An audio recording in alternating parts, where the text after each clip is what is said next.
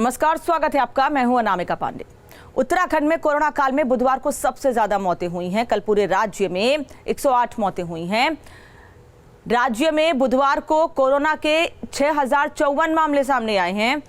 राज्य में अब तक 45,383 एक्टिव केस आए हैं, जबकि कोरोना के कुल 1,68,616 मामले आ चुके हैं। प्रदेश में अब तक कोरोना से 2,417 लोगों की मौत हो चुकी है। वहीं बुधवार को 1,178 मामले हरिद्वार में, 2,329 मामले देहरादून में, 665 मामले नैनीताल में, 849 मामले उधम सिंह नगर, 174 मामले पौड़ी गढ़वाल में सामने आए हैं।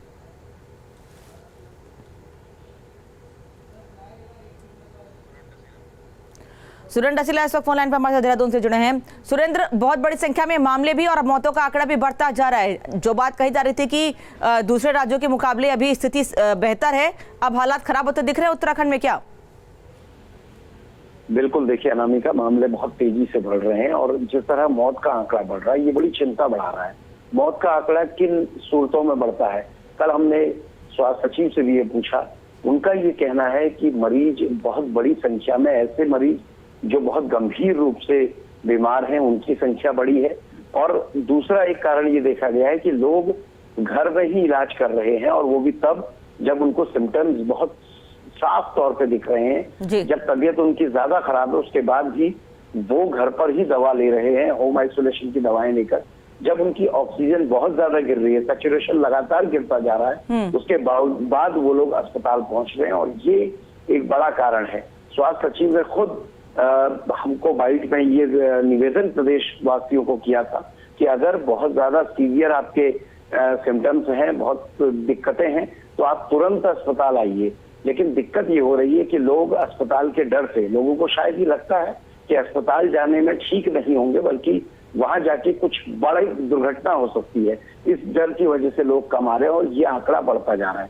अनामिका, ये इसलिए बहुत खतरनाक है प्रदेश के लिए क्योंकि 6,000 से ज्यादा मामले उत्तराखंड में आ रहे हैं। कल नैनीताल हाईकोर्ट ने भी कहा है कि आप हल्द्वानी, देहरादून, उधम सिंह नगर, हरिद्वार, इन शहरों में 50,000 जांच कराइए। उत्तराखंड में इस वक्त 34 से 35,000 जांच हो रही है, जो छोटे राज्य के लिए अपने हिसाब से बहुत ज्यादा है। अभी भी अगर हाईकोर्ट के निर्देश पे, क्योंकि रोकने का एक ही तरीका है कि आप जांच ज्यादा करिए, अगर 50,000 जांच के करीब होती है तो आप देखिए मामले बहुत तेजी से बढ़ेंगे। ऑक्सीजन का क्राइसिस भले ही अभी राज्य में ना हो, लेकिन अब दिक्कतें बढ़ने लगी है। पेशेंट्स का जो लोड है अस्पताल में वो बढ़ने लगा है। अनामिका, क्या अस्पतालों में कोई कमी की बात भी सामने आ रही है सुरेंद्र? क्योंकि दूसरे राज्यों में जो स्थिति सामने आ रही है, वहां अस्पतालों में ऑक्सीजन की कमी है, व्यवस्था नहीं है, बेड नहीं मिल रहे हैं, आईसीयू नहीं है। उत्तराखंड में क्या अभी ऐसे हालात सामने आए हैं या फिर अभी स्थिति नॉर्मल है? देखिए अनामिका, जहां तक ऑक्सीजन की बात है, ऑक्सीजन फिलहाल पर्याप्त है। ऑक्सीजन को लेकर बहुत दिक्कतें नहीं है। हाँ, ये जरूर है कि कुछ अस्पतालों में ऑक्सीजन पहुंचने में थोड़ा समय जरूर लगा है, लेकिन ऑक्सीजन की कमी से किसी तरह की कैजुअलिटी की खबर कहीं से नहीं है। लेकिन आईसीयू, वेंटिलेटर, इनकी दिक्कतें हल्द्वानी और देहरादून शहरों में सबसे ज्यादा है। देहरादून में ऑलमोस्ट 99% वेंटिलेटर और आईसीयू वार्ड्स खत्म हो चुके हैं, भर चुके हैं। किसी भी पेशेंट को अगर आईसीयू वार्ड दिलवाना है तो उसके लिए बड़ी मशक्कत करनी पड़ती है, या आप ये कह सकते हैं कि जब तक बेड खाली नहीं होंगे तब तक दूसरे वेटिंग वाले पेशेंट्स को बेड नहीं मिल पा रहे। तो आईसीयू और वेंटिलेटर, बाईपैक की दिक्कतें उत्तराखंड में भी बहुत ज्यादा हैं, और इसी से सबसे ज्यादा चिंतित सरकार और शासन है। अनामिका, धन्यवाद सुरेंद्र जानकारी के लिए आपका। उत्तरकाशी से खबर है, जहां 24 घंटे में 133 नए केस सामने आए हैं। एक्टिव केसों की संख्या बढ़कर अब 824 पर पहुंच गई है। लगातार कोरोना के केस बढ़ रहे हैं। उत्तरकाशी में 24 घंटे में 133 केस सामने आए हैं। एक्टिव केसों की संख्या 824 पर पहुंची है। लगातार कोरोना के मामले बढ़ रहे हैं और उत्तराखंड में जिस तरीके से 6,000 से ज्यादा मामले एक दिन में सामने आए हैं, वो परेशानी बढ़ाने वाले हैं। मौतों का आंकड़ा भी बढ़ता जा रहा है। उत्तराखंड में भी मौतों का आंकड़ा बढ़ रहा है और ऐसे में उत्तराखंड में मामले भी बहुत ज्यादा सामने आ रहे हैं। उत्तरकाशी में 24 घंटे में 133 केस सामने आने से प्रशासन के सामने भी चुनौती भी है और काफी परेशानियां भी बढ़ रही हैं। उत्तराखंड सरकार ने कोरोना संक्रमण पर लगाम कसने के लिए कड़े कदम उठाए हैं। कोविड कंट्रोल के लिए आईएएस और आईपीएस अधिकारियों को जिम्मेदारी दी गई है। ऑनलाइन रजिस्ट्रेशन से लेकर ऑक्सीजन प्लांट में विद्युत आपूर्ति, सप्लाई, सैनिटाइजेशन, अंतिम संस्कार मैनेजमेंट, टेस्टिंग, सैंपलिंग और लैब मैनेजमेंट तक के नोडल प्रभारी नियुक्त किए गए हैं।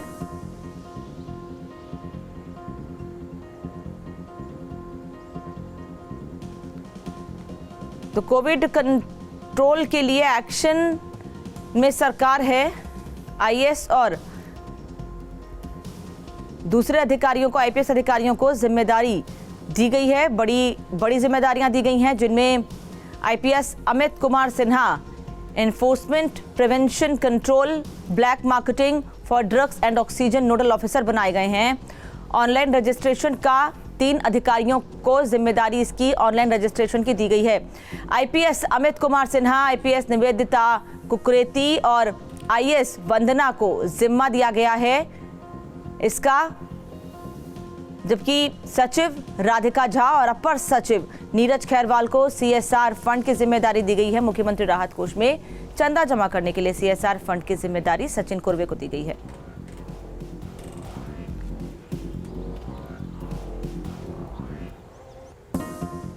शासन द्वारा आईएएस और आईपीएस अधिकारियों को कोविड-19 के बढ़ते मामलों के चलते अलग अलग मामलों का नोडल अधिकारी बनाया गया है, ताकि राज्य में बढ़ते कोरोना के मामलों को रोकने और अस्पताल में मरीजों का बेहतर ट्रीटमेंट हो। इस बात की जानकारी देते हुए सचिव स्वास्थ्य अमित नेगी ने बताया कि जल्द ही अधिकारी अपने अपने स्तर से कोविड के विरुद्ध युद्ध स्तर पर जुट जाएंगे। कि गवर्नमेंट के सारे डिपार्टमेंट्स एकजुट होकर अब कोविड से लड़ने के लिए हम लोगों ने ये नोडल ऑफिसर्स बनाए हैं। इसमें अलग अलग नोडल ऑफिसर्स हैं। हमारे जो आईजी हैं मिस्टर अमित सिन्हा जी, उनको जो ऑनलाइन रजिस्ट्रेशन सिस्टम है और जो काला बाजारी हो रही है उसको रोकने की रिस्पॉन्सिबिलिटी दी गई है। उनके साथ श्रीमती निविता जी को भी लगाया गया है, वो भी इसको लगातार अपने सर पर देखेंगी। साथ ही साथ आपने देखा होगा हमारी डीआईजी एसडीआरएफ है, उनको हमने contact tracing and home isolation का पूरा नोडल बनाया है। तो होम आइसोलेशन में जितने भी पर्सन हैं उनकी टीम, उनका कंट्रोल रूम लगातार फ़ोन पर बात करके ये देखेंगे कि उसमें किसी प्रकार का कोई दिक्कत उनको होम आइसोलेशन में तो नहीं आ रही है। यदि किसी प्रकार की दिक्कत किसी को होगी तो तत्काल हमारे डिस्ट्रिक्ट के कंट्रोल रूम को बनाएगी, जहां पर डॉक्टर्स यदि लगेगा कि उनको हमें शिफ्ट करना चाहिए तो उनको शिफ्ट हम लोग करेंगे। इसी के साथ आपने देखा होगा कि रणजीत सिन्हा साहब टैंकर मूवमेंट के लिए, और उनके साथ हमने डीआईजी ट्रैफिक मिस्टर केवल खुराना जी को लगाया, बिकॉज टैंकर का ऑक्सीजन का मूवमेंट बहुत इंपॉर्टेंट हो गया है। उत्तराखंड के स्वास्थ्य सचिव अमित नेगी का कहना है कि कोरोना से निजात पाने का सबसे बेहतर तरीका होम आइसोलेशन है। इस बीमारी से निजात पाने का ऐसे मरीज जिनसे किसी तरह के सिम्टम्स नहीं हैं, उन्हीं को होम आइसोलेशन में रखा जा रहा है और उनकी गाइडलाइन का पालन भी करवाया जा रहा है। स्वास्थ्य सचिव के मुताबिक किसी भी तरह लोगों की अगर तबीयत बिगड़ती है तो उनको उसके बाद अस्पताल में भर्ती किया जा रहा है। होम आइसोलेशन हमारा इस कोविड से फाइट करने का एक मेजर हथियार है हमारे समक्ष। ऑलमोस्ट 80-90% लोग नॉर्मली होम आइसोलेशन में ही रहते हैं इस डिजीज़ में। इसमें हमारा मुख्यतः जैसे किट में जब इनिशियली हमारे पास ये सर्ज आया उस समय ऑब्वियसली किट थोड़ा सा कम था, लेकिन अब आप देख रहे होंगे कि ऑलमोस्ट देहरादून ने भी कल मेरे ख्याल से 2000 से ऊपर ज़्यादा किट्स बांटी है।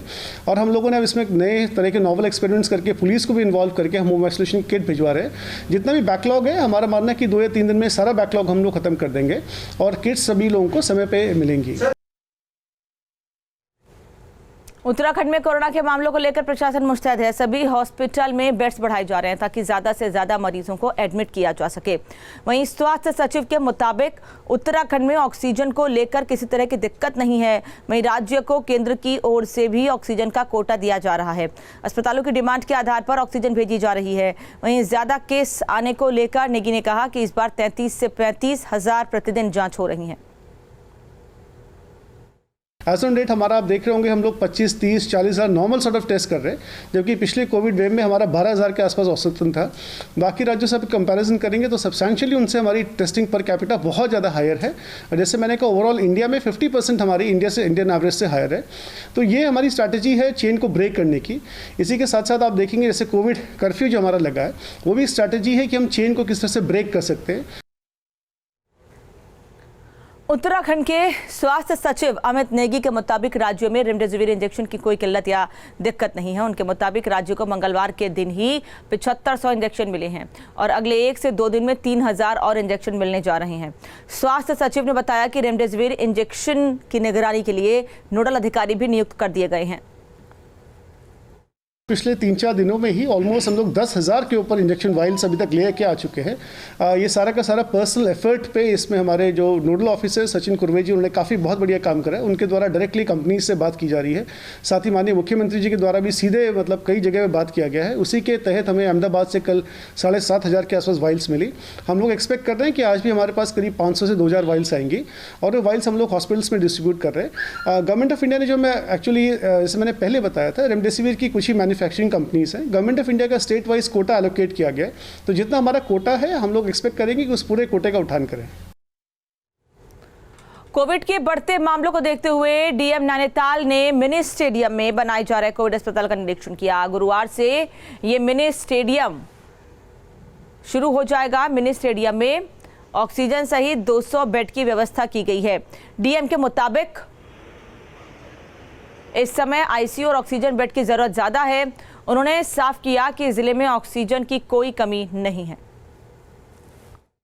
ऐसा नहीं कि आपके केवल हल्द्वानी से आ रहे हैं, तो जो सूचना हमें मिली है वहाँ पे बेड कैपेसिटी अब नहीं के बराबर रह गई है, इसलिए अब अल्टरनेट यहाँ पे मिनी स्टेडियम में हम लोग स्टार्ट करने जा रहे हैं। आज या कल में हम लोग इसको स्टार्ट कर ले जाएंगे मिनिमम 100 बेड का।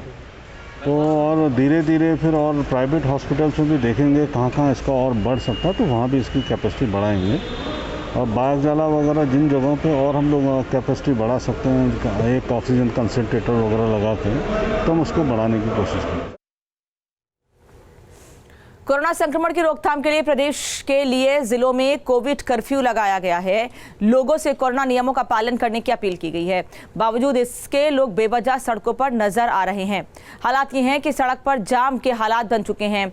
हालांकि पुलिस सख्ती बरतते हुए चेकिंग और कार्रवाई भी कर रही है। देहरादून से न्यूज स्टेट संवाददाता सुरेंद्र सिला की रिपोर्ट। राजधानी देहरादून समेत प्रदेश के कई जनपदों में कोविड कर्फ्यू लागू है और 3 मई तक ये प्रक्रिया चलती रहेगी।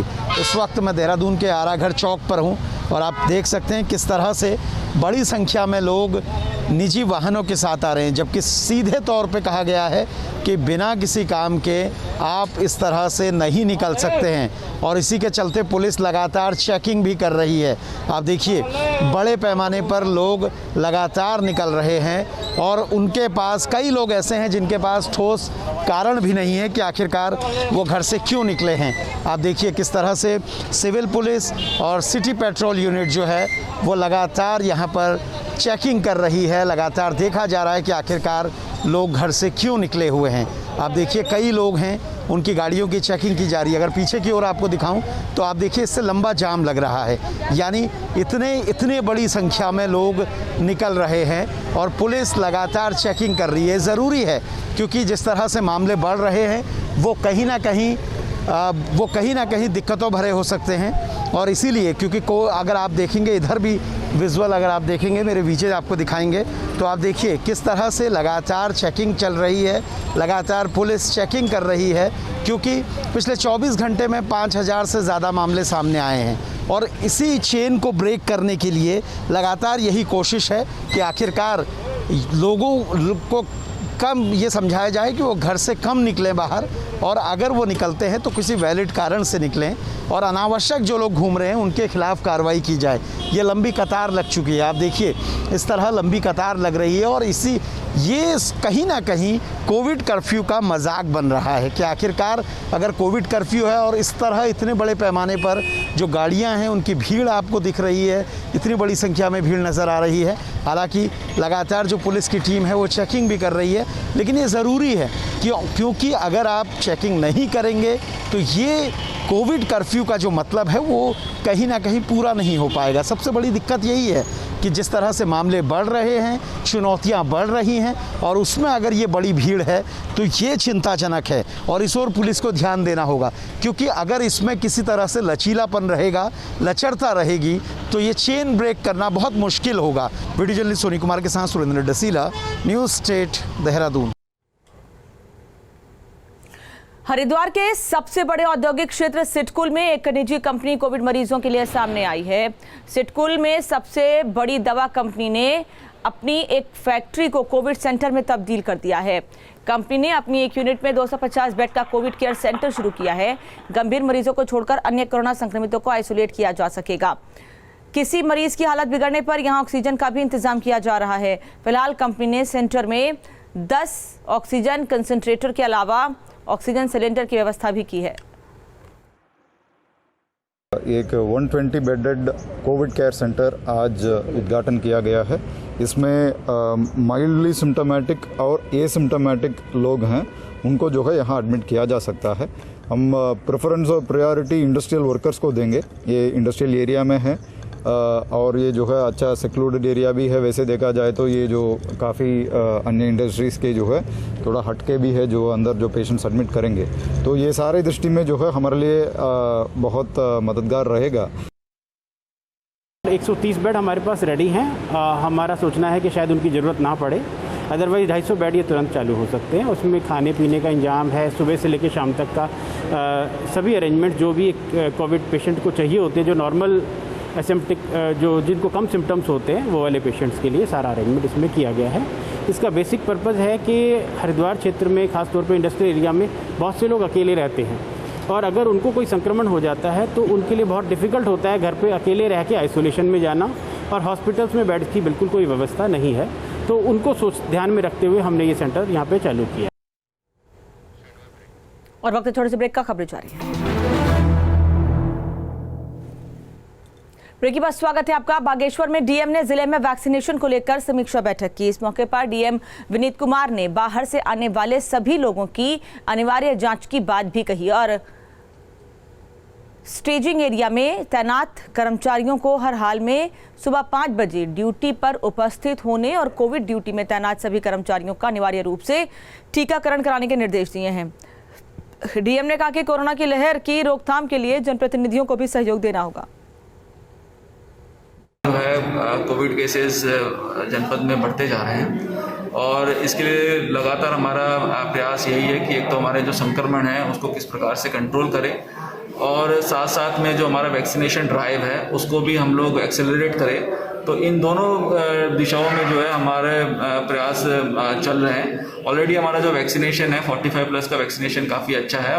मोर देन 85% हमारे यहाँ पे वैक्सीनेशन कंप्लीट हो चुका है और 1 मई से जो हमारे 18 से जो 45 उम्र के बीच जो व्यक्ति हैं उनकी भी वैक्सीनेशन होना है। नेपाल से उत्तराखंड आने वालों के लिए राहत है। जहां पिथौरागढ़ जिला प्रशासन ने नेपाल से भारत आने वालों को कुछ राहत दी है। प्रशासन ने अब तय किया कि नेपाली नागरिक सिर्फ एंटीजन टेस्ट की नेगेटिव रिपोर्ट दिखाकर भारत में प्रवेश कर सकते हैं।